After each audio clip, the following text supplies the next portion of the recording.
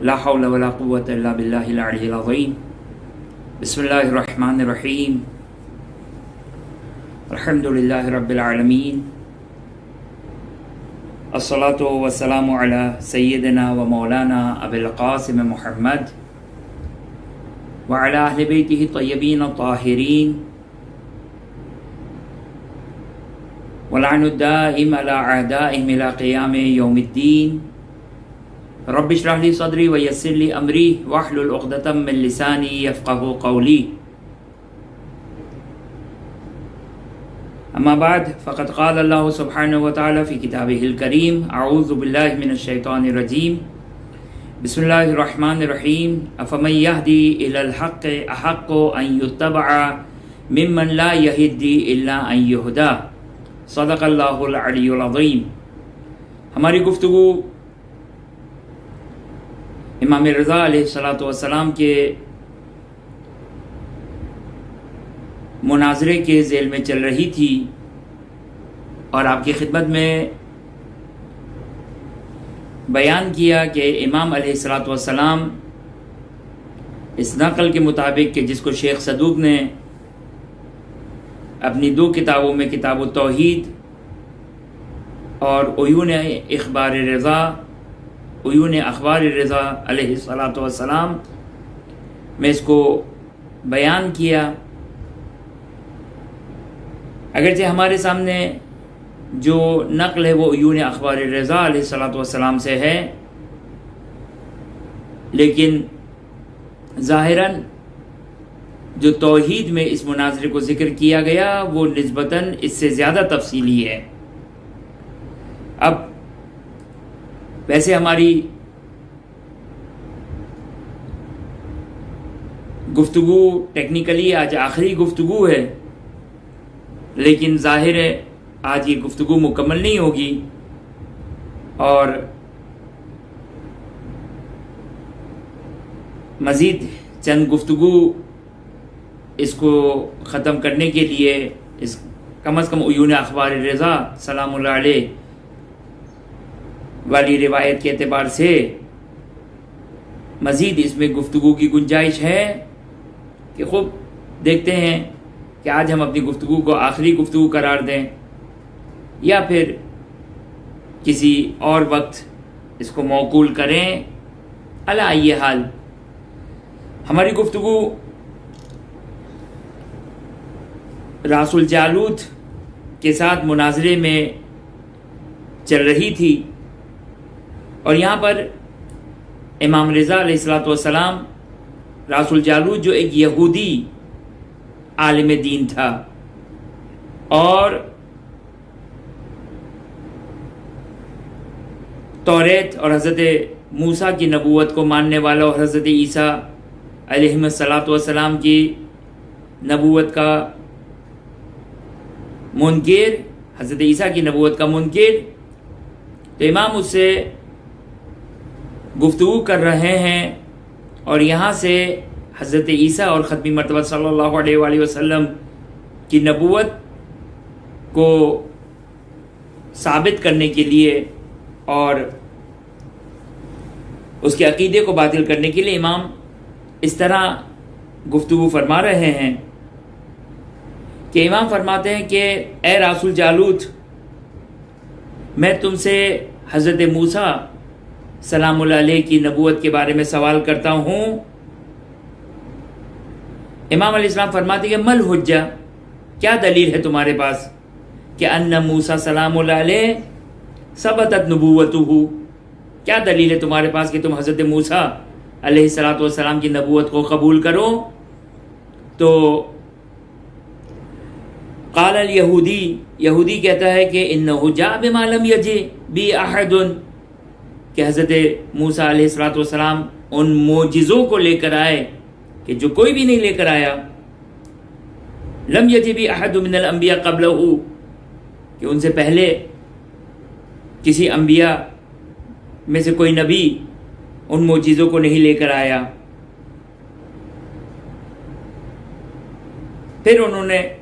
پھر یہودی نے حضرت موسیٰ کے معجزوں کو شمار کرنا شروع کیا کہ اختصار کے ساتھ مثل فلق البحر، سمندر میں شگاف پیدا کرنا، عصا کے ذریعے سے عصا کو اژدہے میں تبدیل کرنا، پتھر پر اپنے عصا کو مارنا اور اس سے 12 چشموں کا پھوٹ جانا، وَإِخْرَاجَ يَدَهُ بَيْضَاءَ لِلنَّاظِرِينَ، اور آپ نے جب اپنے ہاتھ کو نکالا اپنی لباس میں سے، جیب میں سے، جہاں سے بھی، تو ہاتھوں سے نور پھوٹ رہا تھا. وَعَلَامَاتٍ کی لَا يَقْدِرُ الْخَلْقُ عَلَى مِثْلِهَا، اور دوسری علامتوں اور معجزوں کو شمار کیا کہ جو حضرت موسیٰ علیہ السلام نے انجام دیے کہ جس کو کوئی بھی انجام نہیں دے سکتا ہے. تو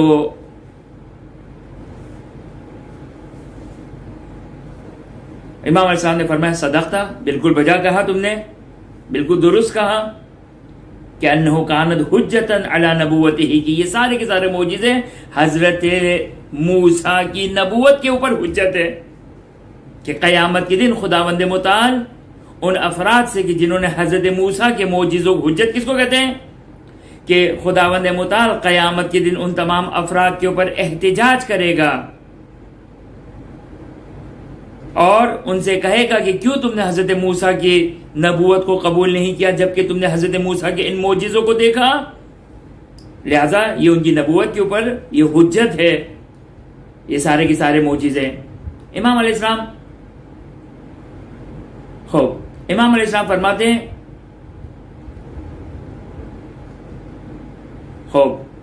افلیس کل من ادعا انہ نبی ثم جاء بما لا يقدر الخلق. اب توجہ کیجئے گا یہاں سے کس طرح امام اس کے اسٹیٹمنٹس کو چینج کرواتے ہیں.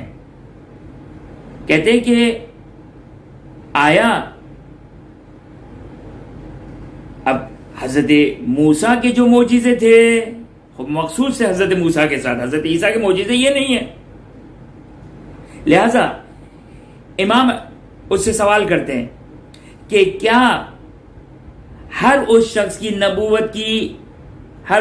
نبی کی نبوت کو قبول نہیں کرو گے کہ جو معجزہ یا اس کام کو انجام دے جس کو مخلوق انجام نہیں دے سکتے ہیں.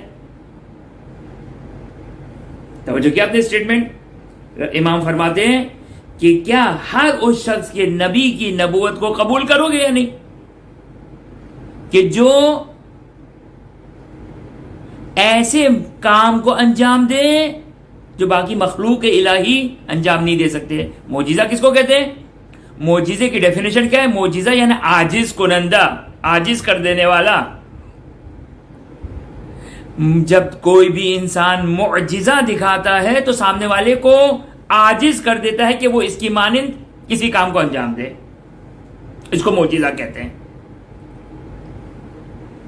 توجہ فرمائے اپنے. بس حضرت امام رضا علیہ السلام راس الجالوت سے کہتے ہیں کہ کیا تم ہر اس شخص کی نبوت کو قبول کرو گے یا نہیں کرو گے کہ جو معجزہ دکھائے از اکول ٹو یعنی ایسا کام انجام دے جس کو باقی مخلوق الہی کو انجام نہیں دے سکتے. خوب توجہ کریں، راس الجالوت متوجہ ہے. لہذا کیا کہتا ہے؟ کہتا ہے کہ لا، نہیں، ضروری نہیں ہے. لأن موسیٰ لم یکن لہ نذیر لمکانہ من ربہ وقربہ منہ، اس لیے کہ حضرت موسیٰ کے مانند کوئی نہیں ہے، نذیر نہیں حضرت موسیٰ کا. حضرت موسیٰ کی کوئی شبیہ نہیں ہے. حضرت موسیٰ کا جو قرب الہی ہے وہ کسی کا قرب نہیں ہے. حضرت موسیٰ سے خدا کا، حضرت موسیٰ سے بڑھ کر کوئی مقرب الہی نہیں ہے. یہاں پر اس نے توجہ کیا، آپ نے یہاں پر اسے انکار کیا. اب امام علیہ السلام فرماتے ہیں، اچھا کہتا ہے کہ ولا یجب علینا الاقرار بنبوت من ادعاها، واجب نہیں ہمارے لیے کہ جو ایسا کام انجام دے جو خارق العادہ ہو، جو سامنے والے کو عاجز قرار دینے والا ہو، ضرور نہیں کہ ہم اس کی بات کو قبول کریں اور اس کی نبوت کو قبول کریں. صحیح، یہاں تک اس کا یہ اسٹیٹمنٹ. اب یہاں سے امام اس کی اس اسٹیٹمنٹ کو اقرار کروائیں گے کہ یہ اسٹیٹمنٹ غلط ہے. کیا اسٹیٹمنٹ دیا اس نے یہ اسٹیٹمنٹ دیا کہ جو بھی معجزہ دکھائے ضروری نہیں کہ اس کی نبوت کو ہم قبول کریں، بلکہ حضرت موسیٰ جیسا معجزہ ہونا چاہیے.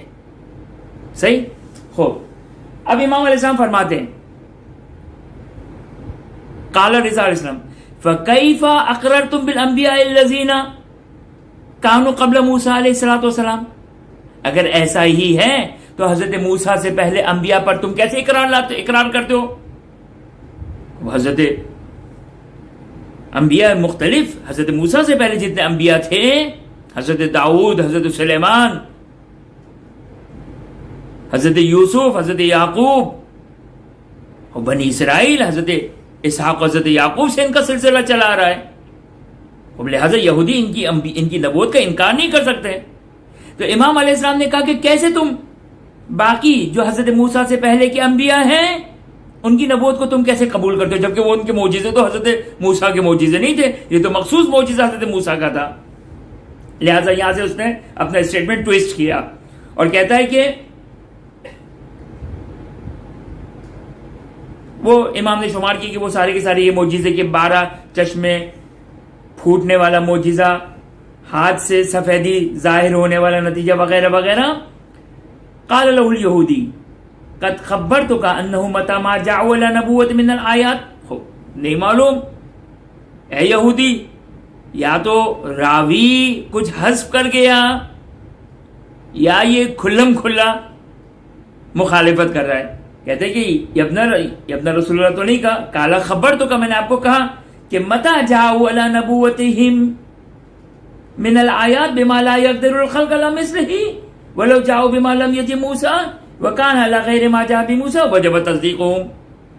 کہتا ہے کہ میں نے آپ کو کہا، خبر دی کہ جو ہے وہ ایسی آیات اور ایسی نشانیاں اور ایسے معجزوں کو بیان لے کر آئے جس کو مخلوق جس پر قادر نہ ہو تو واجب ہے اس کی تصدیق کرنا. قال رضا علیہ السلام یا راس الجالوت، توجہ کیجیے گا، یا راس الجالوت فما یمنع. خوب توجہ کریں، یہاں تک بات واضح ہو گئی. حضرت موسیٰ کی نبوت، ان سے انبیاء سابقہ کی نبوت. کہا یا راس الجالوت، اے راس الجالوت، ما یمنعک من الاقرار بعیسی ابن مریم علیہ الصلوۃ والسلام. تمہارے لیے کیا رکاوٹ ہے، تمہارے لیے کیا معنی ہے کہ حضرت عیسیٰ کی نبوت کا انکار کرو تم؟ وقد کان یحیی الموتى ویبرئ الاکمہ والابرص ویخلق من الطین کہیئۃ الطیر ثم ینفخ فیہ فیکون طیرا باذن اللہ. کہ یہ حضرت عیسیٰ کے معجزے کہ جس کو قرآن نے بھی بیان کیا کہ حضرت عیسیٰ کیا مردے کو زندہ کرنا، نابینا کو بینائی عطا کرنا، برس کے بیمار کو صحت عطا، شفا عطا کرنا، خلق کرنا، جو قرآن نے بیان کیا کہ طیر وہ ایک مٹی کا ڈھیلا پرندے کی شکل میں، فَيَنْفُخُ کہ حضرت عیسیٰ نے اس میں پھونکا تو وہ پرندہ بن گیا بِإِذْنِ اللہ. ظاہر کوئی کام بھی بغیر اذن خدا کے نہیں ہو سکتا ہے. تو یہ جب حضرت عیسیٰ کے معجزے ہیں تو تمہارے لیے کیا مانیں گے حضرت عیسیٰ کی نبوت کو تم منکر ہو جاؤ؟ کیا کہتا ہے؟ قال رسول اللہ یقال انہ فعل، کہا جاتا ہے کہ حضرت عیسیٰ نے یہ کام انجام دیا. ولم نشہد، ہم نے تو مشاہدہ نہیں کیا، ہم نے تو نہیں دیکھا. فقال رضا علیہ السلام رأیت ما جاء بہ موسیٰ علیہ السلام، جو حضرت موسیٰ نے معجزے دکھائے تھے کیا تم نے دیکھے تھے؟ کیا خوبصورت طریقہ ہے. حضرت موسیٰ کے معجزوں کو تم نے نہیں دیکھا، حضرت موسیٰ کی نبوت کو قبول کر لیا. حضرت عیسیٰ کے معجزوں کو نہیں دیکھا تو حضرت عیسیٰ کی نبوت کو انکار کر بیٹھے. یعنی یہاں پر اب ایک قانون ہمارے ہاتھ میں آیا کہ ہر وہ چیز جس کو انسان نہ دیکھے، نہ جانتا ہو، انکار نہیں کر سکتا. انسان انکار نہیں کر سکتا ہے. اب خدا کے لیے حجت دینا، خدا کے لیے حجت کو تمام کرنا واجب ہے. اب توجہ کریں، یہاں تک بات واضح ہو گئی. امام نے ایک جواب نقضی دیا. پہلے ایک حلی لے لیا، ایک قانون لے لیا کہ جو بھی معجزہ دکھائے گا اس کی نبوت کو ماننا پڑے گا. حضرت موسیٰ نے معجزہ دیا جو کہ حضرت عیسیٰ سے پہلے تھے، تم نے اس کو قبول کر لیا، کہا کہ حضرت عیسیٰ کے معجزوں کو نہیں دیکھا، تو امام نے کہا کہ حضرت موسیٰ کے معجزوں کو دیکھا تھا۔ اب کیا کہتا ہے؟ کہتا ہے قال رضا علیہ السلام رأیت ما جاء به موسیٰ من الآیات شاہدتہ، پھر امام خود ہی بتاتے کہ چونکہ تم نے حضرت موسیٰ کے معجزوں کے بارے میں اخبار ثقات آتھینٹک لوگوں سے تم نے سنا ہے، آتھینٹک لوگوں سے سنا ہے۔ اب توجہ کریں، یہاں پر آگے جا کر آپ کی خدمت میں ایک نقطہ بیان کروں گا، نقطے کا جواب دوں گا، وضاحت دوں گا کہ توجہ کریں،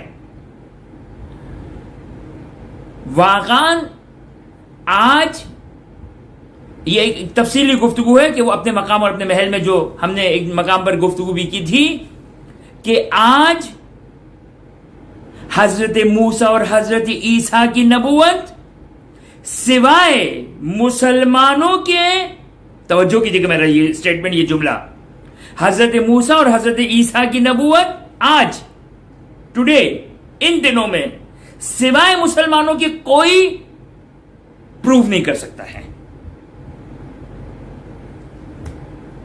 حضرت موسیٰ اور حضرت عیسیٰ کی نبوت کو آج سوائے مسلمان کے کوئی پروف نہیں کر سکتا ہے۔ کسی کرسچن کو پکڑ لیں، کسی یہودی کو پکڑ لیں کہ حضرت موسیٰ کی نبوت کے لیے دلیل دو، ہمارے آباء و اجداد تھے، مگر آباء و اجداد ہونا کون سی دلیل ہے؟ سوائے مسلمانوں کے، مسلمان کہتے ہیں ہمارے پاس دلیل ہے، کیا؟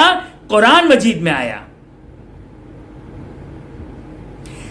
اسی وجہ سے توجہ کیجئے گا، امام رضا علیہ السلام نے اس دلیل کو اشارتاً بیان کیا کہ معجزہ، قرآن کا معجزہ تمام معجزوں سے افضل ہے۔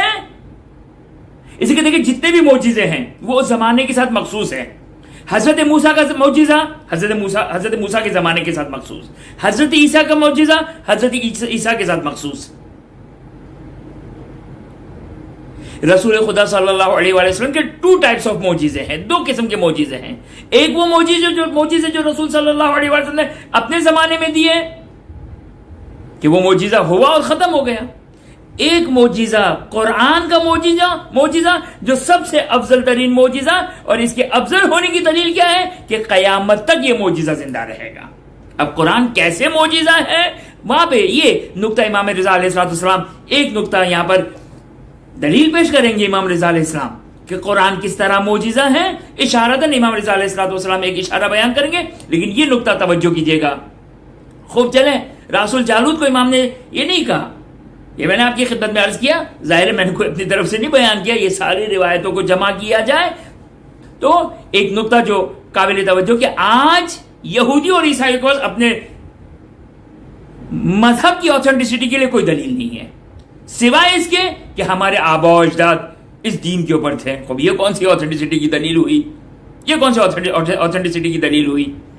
بس امام کیا فرماتے ہیں؟ امام فرماتے ہیں، نقطہ کہاں پہ روکا تھا ہم نے؟ امام نے کیا کہا کہ جب تم حضرت موسیٰ کے معجزوں کو نہیں دیکھا تو کس طرح حضرت موسیٰ کے معجزے پر ایمان لائے، جبکہ حضرت عیسیٰ کے معجزوں کو تم نے نہیں دیکھا۔ امام کہتے ہیں صرف ایک ہی راہ ہے، ایک ہی طریقہ ہے کہ جس کی بنا پر تم نے حضرت موسیٰ کے معجزوں کو قبول کیا، وہ کیا ہے؟ اخبار ثقات، آتھینٹک لوگوں کے ذریعے سے، آتھینٹک لوگوں کے ذریعے سے یہ باتیں آئی ہیں، حضرت موسیٰ کے معجزے اور حضرت موسیٰ کی نبوت کی گواہی۔ مگر امام علیہ السلام کیا فرماتے ہیں؟ الیس انما جاءت الاخبار من ثقات اصحاب موسیٰ، کہ حضرت موسیٰ کے جو اصحاب اور ان کے پیروکار تھے اسی تواتر کے ساتھ، تواتر اب یہ خود ایک تفصیلی گفتگو ہے، تواتر کہ توجہ کیجئے گا، آج عیسائی اسلام کا منکر ہو سکتا ہے، آج عیسائی، توجہ کیجئے گا یہ نقطہ، آج عیسائی اسلام کی حقانیت کا منکر ہو سکتا ہے، آج عیسائی حضرت محمد مصطفیٰ صلی اللہ علیہ وآلہ وسلم کی نبوت کا منکر ہو سکتا ہے، لیکن عیسائی حضرت محمد صلی اللہ علیہ وآلہ وسلم کے وجود مبارک کا منکر نہیں ہو سکتا ہے۔ توجہ کیا آپ نے؟ کیا کہہ رہا ہوں میں؟ 2 چیزیں ہیں، ایک شخص آیا تھا 1400 ایئرز بیفور جس نے نبوت کا دعویٰ کیا، عیسائی اس کا منکر نہیں ہے، اس لیے کہ تواتر کے ساتھ یہ بات ثابت ہے. 1400 ایئر سے یہ بات ثابت ہے کہ ایک شخص آیا جس نے نبوت کا دعویٰ کیا. ان کا اعتراض حضرت رسول صلی اللہ علیہ وسلم کی نبوت کا انکار ہے. توجہ کیا آپ نے؟ بس اس کو کہتے ہیں تواتر کے ساتھ، یعنی خود ان کے نزدیک وجود مبارک صلی اللہ علیہ وسلم تواتر کے ساتھ ثابت ہے. خوب آپ کی خدمت میں ایک نقطہ اس کے ساتھ اٹیچ کر دوں کہ امام علیہ السلام اس نقطے کی طرف اشارہ کرنا چاہتے ہیں کہ جس طرح تمہارے لیے خود وجود مبارک تواتر کے ساتھ ثابت ہے صلی اللہ علیہ وآلہ کا، اسی طرح تمہارے لیے تواتر کے ساتھ ان کے معجزے بھی ثابت ہیں. لیکن ابھی تو یعنی ان شارٹ یہ، اگر حضرت موسیٰ کا معجزہ، اگر معذرت کے ساتھ اگر حضرت عیسیٰ کے معجزے، حضرت عیسیٰ کی نبوت، حضرت محمد صلی اللہ علیہ وسلم کے معجزے اور حضرت محمد مصطفیٰ صلی اللہ علیہ وسلم کی نبوت اگر ان کو کراس کیا، انکار کیا، تو حضرت موسیٰ کا بھی انکار کرنا پڑے گا. کیوں؟ اس لیے کہ جو راستہ حضرت موسیٰ کی نبوت کو ثابت کرتا ہے وہ حضرت عیسیٰ اور حضرت ختمی مرتبہ صلی اللہ علیہ وسلم کے بھی نبوت کو ثابت کرتا ہے. بلکہ خوب توجہ کریں، بہت ہی واضح بات ہے کہ انسان کل کی بات کا انکار کرے، یہ زیادہ مشکل ہے، یعنی مشکل ہے انکار کرنا، یا پرسوں کی بات کا انکار کرنا مشکل ہے. خوب معلوم ہے کہ پرسوں کی بات کا انکار کرنا زیادہ مشکل ہے. اگر پرسوں کی بات کو اگر آپ نے قبول کر لیا تو کل کی بات بطریقہ اولا ثابت ہو جائے گی، کیونکہ اس کا زمانہ مجھ سے قریب تر ہے. توجہ فرمایا آپ نے؟ بس امام علیہ السلام نے اس طرح راس الجالون، اب یہ تو حضرت عیسیٰ کے بارے میں، حضرت عیسیٰ اور حضرت ختمی مرتبہ صلی اللہ علیہ وسلم دونوں کی نبوت اس طرح آپ سلام اللہ علیہ نے ثابت کی. فَكَيْفَ صَدَّقْتُم بِمُوسَىٰ وَلَمْ تُصَدِّقُوا بِعِیسیٰ، اگرچہ یہاں پر امام رضا علیہ السلام فقط حضرت عیسیٰ کے لیے بیان کریں، لیکن دونوں کہ کس طریقے سے تم حضرت موسیٰ کی تصدیق کرتے ہو، حضرت عیسیٰ کی تصدیق نہیں کرتے ہو، لاجواب ہو گیا. اب امام رضا علیہ السلام خصوصی طور پر رسول خدا صلی اللہ علیہ وسلم کے ایک ایسے معجزے کی طرف اشارہ کر رہے ہیں جو معجزہ آج یعنی حضرت امام رضا علیہ السلام کے زمانے میں اور آج یعنی آج 1400 سال کے بعد یہ معجزہ تر و تازہ ہے. کیا ہے؟ فرماتے ہیں وَكَذَلِكَ أَمْرُ مُحَمَّدٍ صلی اللہ علیہ وآلہ، اسی طرح سے ختمی مرتبہ صلی اللہ علیہ وآلہ وسلم کا امر، وَمَا جَاءَ بِهِ، خود امر محمد صلی اللہ علیہ وسلم، ان کی نبوت اور وہ ہر وہ چیز جو وہ لے کر آئے. خوب فرماتے وَمِنْ آیَاتِهِ، یعنی من معجزاتِهِ، آیات نشانیوں کو کہتے ہیں. نبی اکرم صلی اللہ علیہ وسلم کی آیات یعنی نبی اکرم صلی اللہ علیہ وسلم کا معجزہ کیا ہے؟ انہو کانا یتیمن،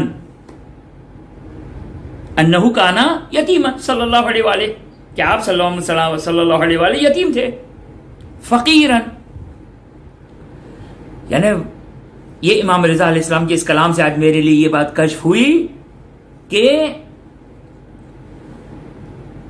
اگر رسول خدا صلی اللہ علیہ وآلہ اگر مال و دولت دنیا اور جاؤ حشمت کے ساتھ اگر ہوتے تو شاید یہ بات اتنی واضح نہ ہوتی. اب کس طرح وہ دیکھتے ہیں انشاءاللہ اگر موقع ملا شاید تو، کہ وہ ایک یتیم تھے، فقیر تھے، ایک غریب گھرانے سے تعلق تھا. خوب حضرت ابو طالب سلام اللہ علیہ جو ان کی پرورش کرنے والے، خوب تاریخ ان کے فقر و فاقہ کو بیان کرتی ہے. راعین اجیرن، بھیڑ بکریوں کو چرایا کرتے تھے. اب یہاں پر ہی چلے میں نقطہ بیان کر دوں. اگر ختمی مرتبہ صلی اللہ علیہ وآلہ اگر مال دنیا رکھتے تو بھیڑ بکریاں چرانے کی نوبت نہ آتی. پھر آپ ممکن ہے کسی علمی مناظرے، علمی محافل یا کسی اور کے ساتھ بیٹھتے کہ یہ شبہ آتا کہ شاید رسول خدا صلی اللہ علیہ وسلم نے وہاں سے تعلیم حاصل کی تھی، وہاں سے تعلیم حاصل کی تھی. لہذا آپ نے تو اپنی زندگی کو وہ بیابان، بھیڑ بکریاں چرانے کا مطلب کیا ہے؟ بھیڑ بکریاں چرانا کا مطلب لوگوں کے درمیان نہیں ہوں میں. ظاہر جب انسان لوگوں کے درمیان ہوگا تو کچھ سیکھ لے گا، کچھ پڑھ لے گا. ایسا تو نہیں تھا کہ اس زمانے کے سارے لوگ جاہل تھے، نہیں، پڑھے لکھے تھے اور بہت بڑے پڑھے لکھے تھے، تبھی قرآن معجزہ ہے فصاحت و بلاغت کا. لہذا اگر رسول صلی اللہ علیہ وسلم اگر مالدار ہوتے، دولت مند ہوتے تو ممکن ہے سرداروں کے ساتھ بیٹھتے، شعراء کے ساتھ، ادیبوں کے ساتھ بیٹھتے تو ممکن ہے وہاں سے سیکھ لیتے. وہ تو ایک فقیر گھرانے سے تعلق تھا ان کا، اجیر تھے، یعنی رینٹ پر، کرائے پر، خود ان کی بھیڑ بکریاں نہیں تھی، چرانے جا رہے ہیں. یہ نقص و عیب نہیں ہے، یہ کمال ہے ان کا کہ جو تاریخ نے جو معجزات وہاں پہ بیان کیے. بہرحال لم یتعلم کتاباً، کوئی کتاب نہیں پڑھی.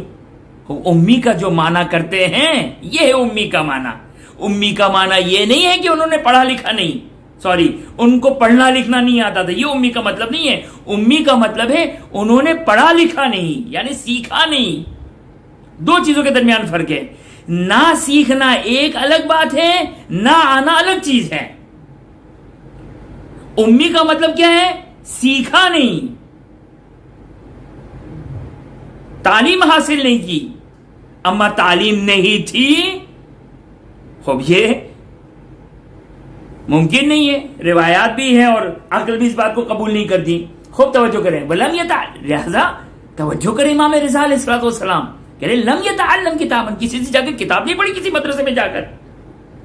ولم یختلف الی معلم، کسی کے استاد کے پاس آنا جانا نہیں تھا ان کے پاس تو ٹائم نہیں تھا، فرصت نہیں تھی ان کے پاس. یہ تو مورخ نے ان کی فقر و فاقہ اور ان کے بھیڑ بکرے چرانے کو سب کیا، لکھا اور مجبوراً لکھا. تو خود بخود یہ ثابت ہو گئی کہ وہ کسی معلم کے پاس نہیں گئے، ان کے پاس ٹائم ہی نہیں تھا.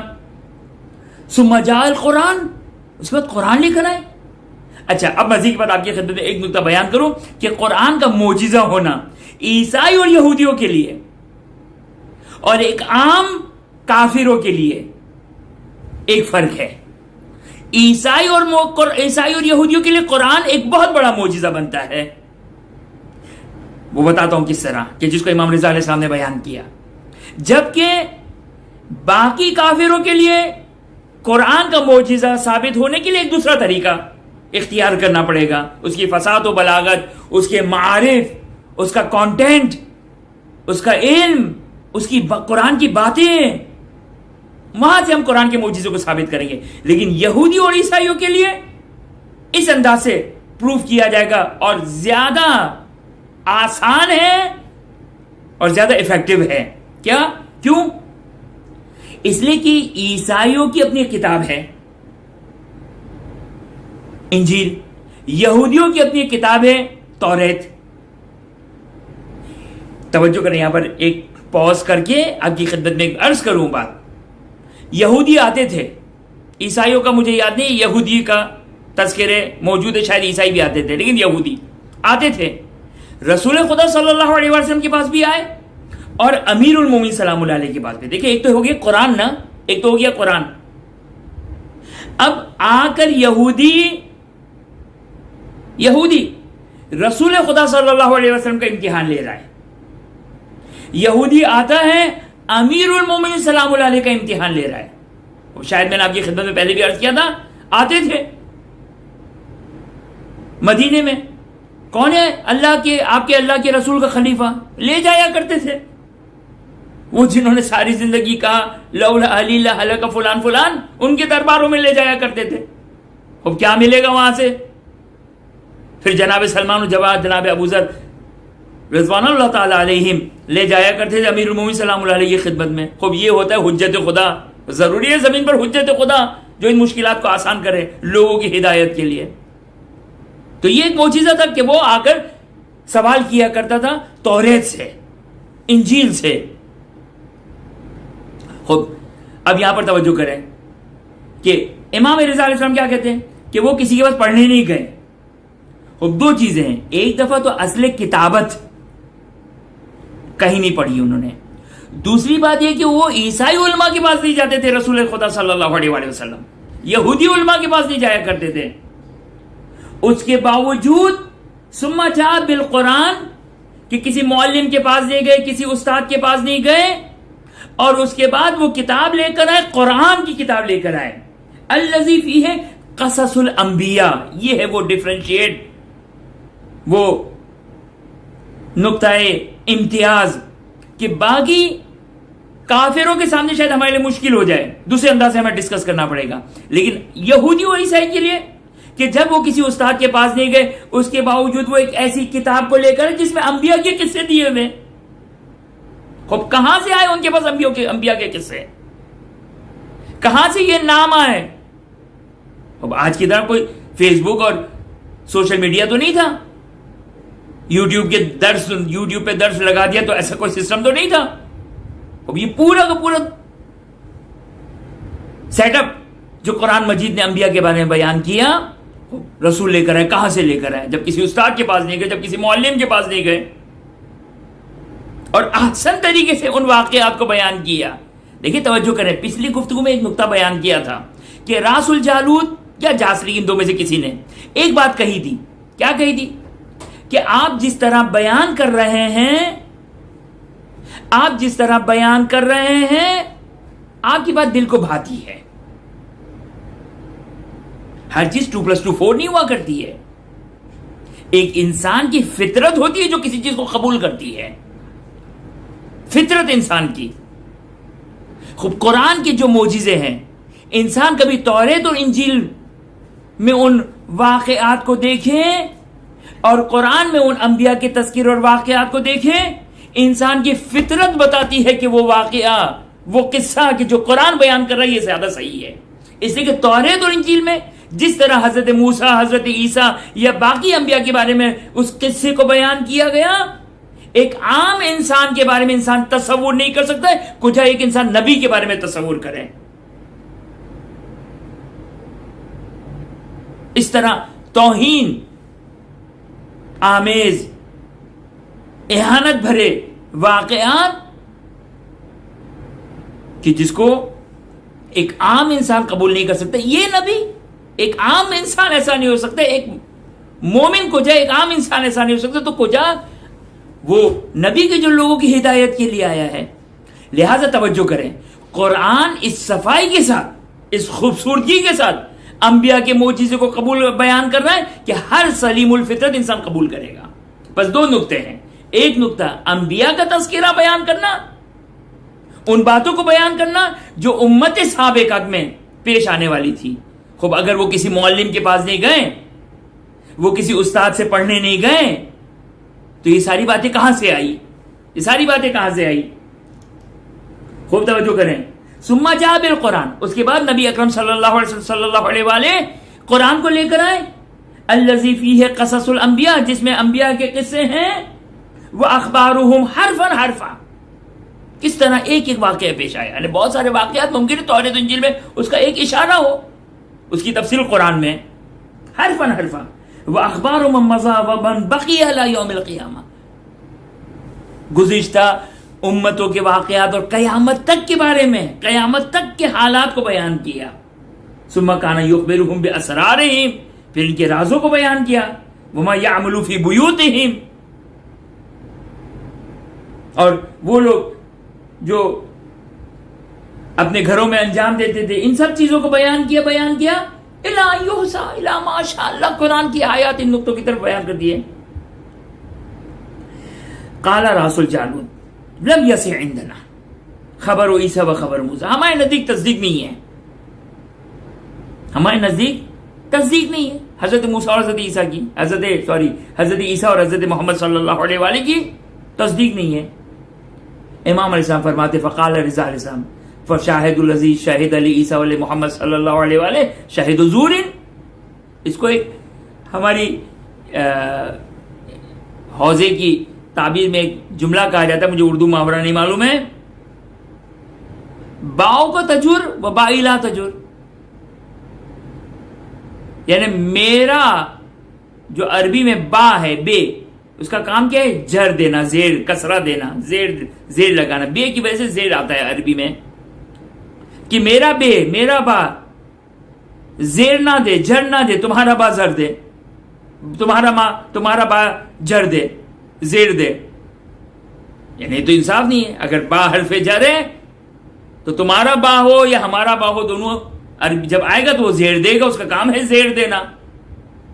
یا اگر آسان الفاظ میں کہوں، تمہاری آگ حرارت دے، ہماری آگ حرارت نہ دے. یہ تو نہیں ہو سکتا ہے. امام علیہ السلام فرماتے ہیں فشاہد الذی شہد عیسیٰ، پس وہ گواہ جو حضرت عیسیٰ کی نبوت کی گواہی دے، حضرت محمد مصطفیٰ صلی اللہ علیہ وآلہ کی گواہی دے، یہ شاہد زور ہیں، یہ سارے کے سارے جھوٹے شاہد ہو گئے، اور تمہارا شاہد صحیح حق شاہد ہے. یہ تو کوئی دلیل نہیں ہے. بلکہ میں نے آپ کی خدمت میں تفصیل کے ساتھ بیان کیا کہ یہ اقرب و زمانن ہے، اقرب قریب ترین زمانہ ہے ان کا. کو مجھے بتائیں کہ توجہ کریں، ایک مثال کے تو آپ کے گھر کے بزرگ، مثال کے تو آپ کے بڑے بھائی یا آپ کے والدین اپنے باپ داداؤں کی باتیں سنائیں، یہ زیادہ اوتھینٹک ہے یا اپنے 10 پشتوں کے بارے میں خبر سنائیں؟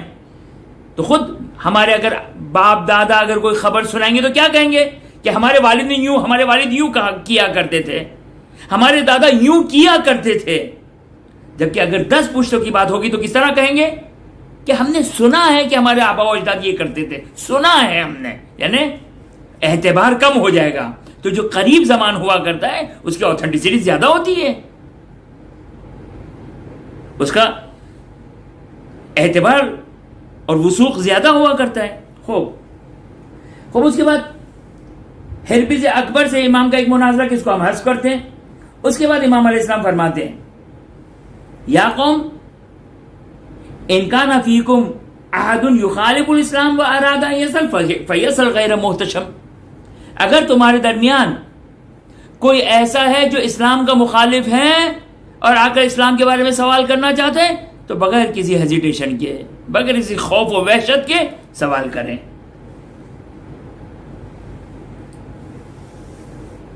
فقام الیہ عمران الصابئی. عمران الصابئی، عمران نام ہے، صابی صابئین سے تعلق ہے. صابئین ستارہ پرست ہے، ستارہ پرست ہے. کہ یہاں پر امام کا بہت ہی خوبصورت مناظرہ ہے، بہت ہی خوبصورت. یہاں سے مناظرہ شروع ہوتا ہے جو مناظرہ خالصتاً توحید اور خدا کے اوصاف کے اوپر ہے. ابھی تک جاسلیق اور راس الجالوت سے جو مناظرے تھے، بیچ میں ظاہراً زرتشت سے بھی مناظرہ ہوا، اور امام نے اس زرتشت سے بھی بیان ہی کہ اس کا خلاصہ اگر بیان کریں، یہ ہربز اکبر زرتشت تھا. امام نے اس کو یہی کہا کہ تم زرتشت کی نبوت کو قبول کرتے ہو، باقی کی نبوت کو کیوں قبول نہیں کرتے ہو؟ کہ وہ ساری باتیں جو آپ کی خدمت میں بیان کی کہ امام علیہ السلام نے بہت تفصیل سے بیان نہیں کی. کہا کہ جو حضرت موسیٰ، حضرت عیسیٰ، حضرت محمد صلی اللہ علیہ وسلم کی نبوت کو کیوں قبول نہیں کرتے ہو اور زرتشت کی نبوت کو قبول کرتے ہو، کیا دلیل ہے؟ وہی سارا کا سارا بیان یہاں پر آ جائے گا. لیکن اب جو عمران صابئی سے جو مناظرہ ہے وہ ہے خالصتاً توحید پر مناظرہ ہے. لہذا اب یہ تھوڑا سا ہمارے پاس ٹائم ہے، اس کو ہم تھوڑا سا دیکھ لیتے ہیں کہ بہت ہی خوبصورت مناظرہ، اس کے نکات قابل توجہ نکات ہیں. اب نہیں معلوم، دیکھتے ہیں اگر فرصت ملی تو 1 یا 2 اور لیکچر کو بیان کر کے شاید ممکن ہے اس مناظرے کو کم از کم عیون اخبار رضا میں جو مناظرہ بیان ہوا اس کو مکمل کر سکیں. ورنہ بہرحال چلیں چند دقائق ہم ضائع نہ کریں. خلاصہ یہ کہ یہ عمران صابئی کہتا ہے کہ میں ایک متکلم ہوں، اگر آپ نے مجھے دعوت نہ دی ہوتی تو میں سوال نہ کرتا. یعنی اتنا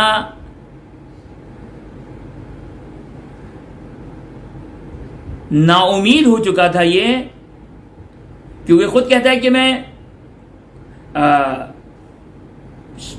کوفہ، بصرہ، شام مختلف متکلمین سے میں نے گفتگو کی، کسی نے مجھے مطمئن نہیں کیا. اچھا، عمران صابئی کا اقرار واضح ہے کہ مناظرے کے آخر میں وہ مسلمان ہو جاتا ہے اور آپ سلام اللہ علیہ کی ظاہراً امامت کو بھی قبول کرتا ہے، عمران صابی۔ باقیوں کی کوئی بہت زیادہ وضاحت نہیں ہے، اگرچہ جاسلیک نے بھی کلمہ توحید لا الہ الا اللہ کو اپنی زبان سے ادا کیا تھا، لیکن عمران صابی قبول کرتا ہے، اور یہ مناظرہ تفصیلی مناظرہ ہے جو توحید کے اوپر ہے۔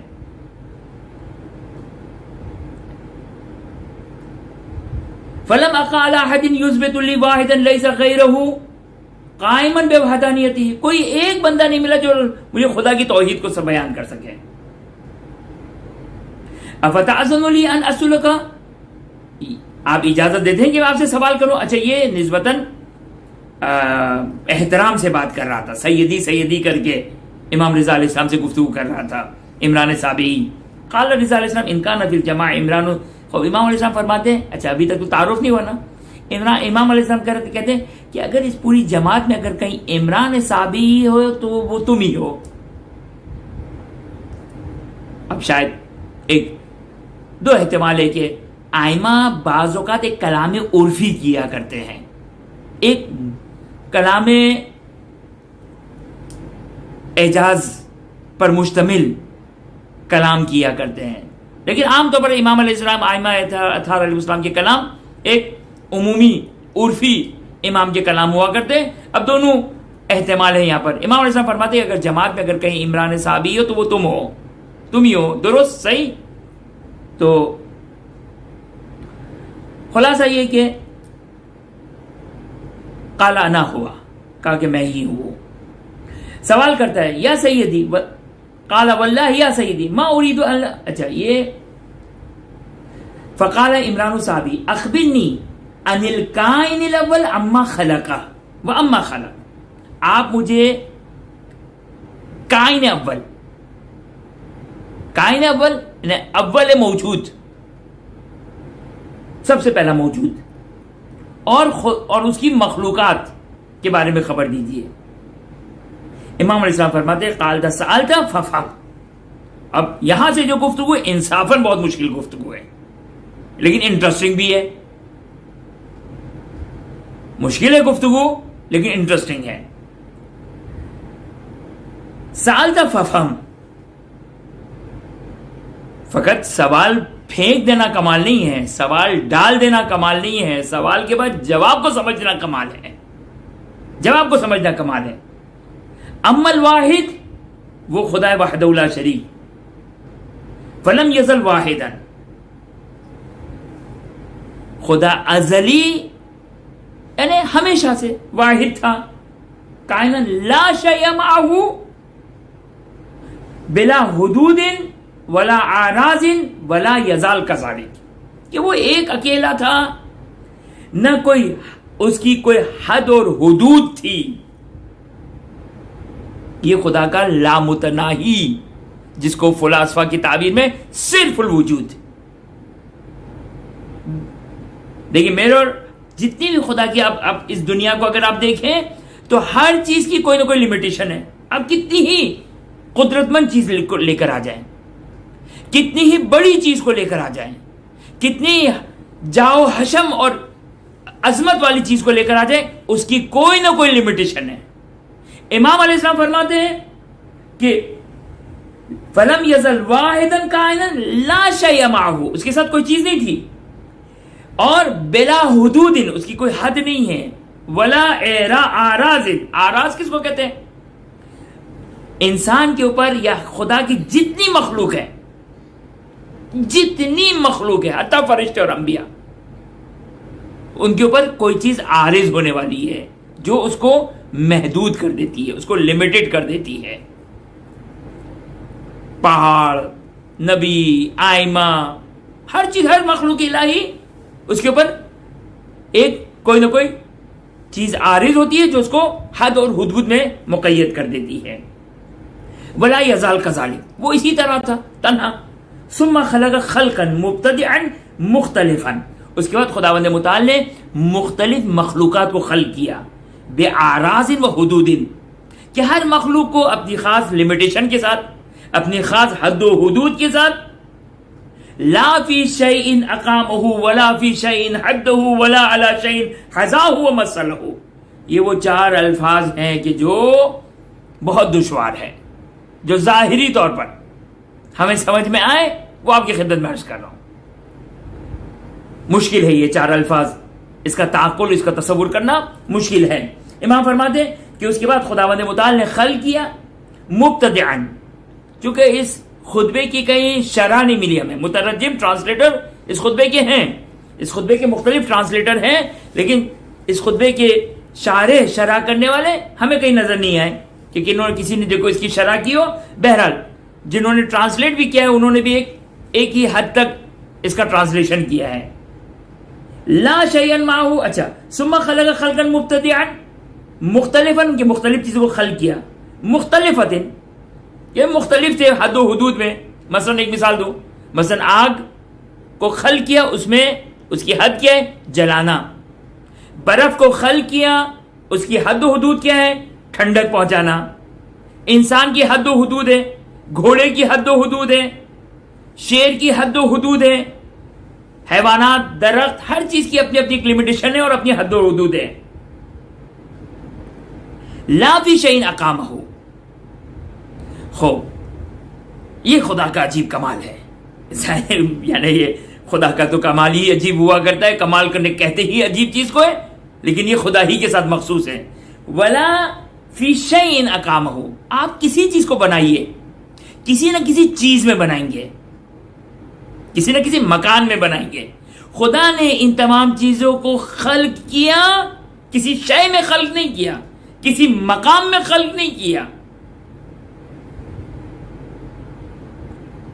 دیکھیں یہ الفاظ ہے، یعنی آپ تصور کریں کہ خدا کے بارے میں اہل بیت کی معرفت کو، کہ کس قسم کی معرفت ہے. اس جملے کو بھائی ہمیں روایتوں میں آئے نا کہ ذات خدا کے بارے میں غور و فکر نہ کرو گمراہ ہو جاؤ گے، اس کے اوصاف کے بارے میں غور و فکر کرو. خوب اس جملے کو غور و فکر کر کے بتائیے مجھے کہ خدا نے کسی شے میں کسی چیز کو خلق نہیں کیا ہے. ہم کوئی بھی کام کرتے ہیں تو کسی شے میں کرتے ہیں، اس کا کوئی نہ کوئی مکان ہے. خود یہ دنیا ایک مکان ہے، خود دنیا ایک مکان ہے. اسے جب خلق کیا تو کسی شے میں خلق نہیں کیا. ولا فی شیء حدہ، نہ اس کو کسی شے میں اس کو محدود کیا، یعنی کسی شے کے اندر. یہ شاید ایک ہی، یہ دونوں جملے ایک ہی معنی کے لیے. اب توجہ کریں، ولا علی شیء حذاہ ومثلہ لہ. یہ 2 جملے ظاہراً ایک معنی کو بیان کر رہے ہیں. توجہ کریں، جب بھی آپ کوئی کام کرتے ہیں، مثال کے طور آپ کو کہا جائے آپ پینٹنگ کریں، تو آپ پینٹنگ کریں گے تو اس پینٹنگ کے اگینسٹ میں ایک تصویر ہے جو کچھ خارج میں ہے اور خارج سے آپ کے ذہن میں بنی ہوئی ہے. اور جب آپ پینٹنگ کریں گے تو آپ اس ذہن کی تصویر کو اپنے کاغذ میں لے کر آتے ہیں. صحیح نا؟ تو آپ جب کوئی چیز بناتے ہیں تو آپ کسی چیز کو دیکھ کر بناتے ہیں. آپ کے ذہن میں ایک تصویر ہے، اس تصویر کو یا کاغذ میں لے کر آتے ہیں یا اپنی تخلیقات میں لے کر آتے ہیں. انسان کرسی بناتا ہے، ٹیبل بناتا ہے، ٹیلی ویژن بناتا ہے، ہوائی جہاز بناتا ہے، جتنی بھی کائنات میں اشیاء انسان بناتا ہے یہ کسی نہ کسی چیز کو دیکھ کے بناتا ہے. خداوند متعال کی صفت کیا ہے؟ بدیع. بدیع کس کو کہتے ہیں؟ جو بغیر کسی مثال کے بناتا ہے، جو بغیر کسی تشبیہ کے بناتا ہے، جس کی کوئی تصویر سامنے نہیں ہے، جس کی کوئی شبیہ سامنے نہیں ہے، بغیر مثال اور بغیر شبیہ کے وہ چیز بنانے والا ہے. یہ خدا کی ذات ہے. خدا کو بیان کر رہے ہیں. کون بیان کر سکتا ہے؟ کون بیان کر سکتا ہے؟ فجعل الخلق. اس کے بعد خداوند متعال نے خلق کو بنایا. کچھ مخصوص افراد تھے، چنے ہوئے افراد تھے کہ صفتن وغیرہ. صفتن کا بعض لوگوں نے اس کا معنی کیا کہ کچھ اچھی چیزیں بنائیں، کچھ بری چیزیں بنائیں، یا کچھ ظاہر اس کا شاید یہی معنی صحیح ہو. کچھ چیزوں میں آپس میں اختلاف تھا، کچھ میں کسی چیزوں میں شباہت تھی، مختلف رنگوں کے اوپر، مختلف ذائقوں کے اوپر، مختلف چیزوں کے اوپر بنایا کہ لا لحاجت کانت منہ الی ذالک، کہ خداوند متعال کو ان بنانے کی کوئی حاجت نہیں تھی، خداوند متعال کو ان تمام چیزوں کے بنانے کی کوئی حاجت نہیں تھی۔ انسان کسی چیز کو بناتا ہے، کیوں بناتا ہے؟ توجہ کیجیے گا، تاکہ انسان، مثال کے طور پر انسان اگر سنجیدگی کے ساتھ اگر کسی چیز کو کچھ بناتا ہے تو کیوں بناتا ہے؟ اس لیے بناتا ہے تاکہ مثلا اگر کوئی بزنس سے متعلق ہے تو انسان زیادہ سے زیادہ بنائے گا تاکہ اس سے زیادہ فائدہ اٹھا سکے گا۔ خداوند متعال نے ان چیزوں کو بنایا، خدا کو کوئی حاجت نہیں تھی، خدا کو کوئی حاجت نہیں تھی۔ اب یہاں پر امام رضا علیہ السلام یہاں سے ایک نقطے کی طرف لے جانا چاہتے ہیں، پروف کرتے ہیں کہ خداوند متعال نے، پروف کرتے ہیں کہ خداوند متعال نے ان تمام چیزوں کو خلق کیا، اب خدا کو کوئی فائدہ نہیں ہے۔ اس کی دلیل انشاءاللہ اگر موقع ملا تو اگلی گفتگو میں انشاءاللہ آپ کی خدمت میں بیان کریں گے، ورنہ انشاءاللہ یہیں تک ہی، اگر موقع ملا تو دیکھیں گے، اس خطبے کو آگے کنٹینیو کرتے ہیں۔ وآخر دعوانا ان الحمدللہ رب العالمین۔ خدا کی بارگاہ میں دعا گو ہے کہ خداوندہ ہمیں علوم محمد و آل محمد علیہ السلام حاصل کرنے کی توفیق عطا فرما، خدا اور اہل بیت اطہار علیہ السلام اور ان کے نیک بندوں کی معرفت عطا فرما، خداوندہ اپنی آخری حجت امام عصر و زمان سلام اللہ علیہ کی ظہور میں تعجیل فرما، ہمیں ان کے اعوان اور انصار میں قرار فرما۔ ربنا تقبل منا انک انت السمیع العلیم۔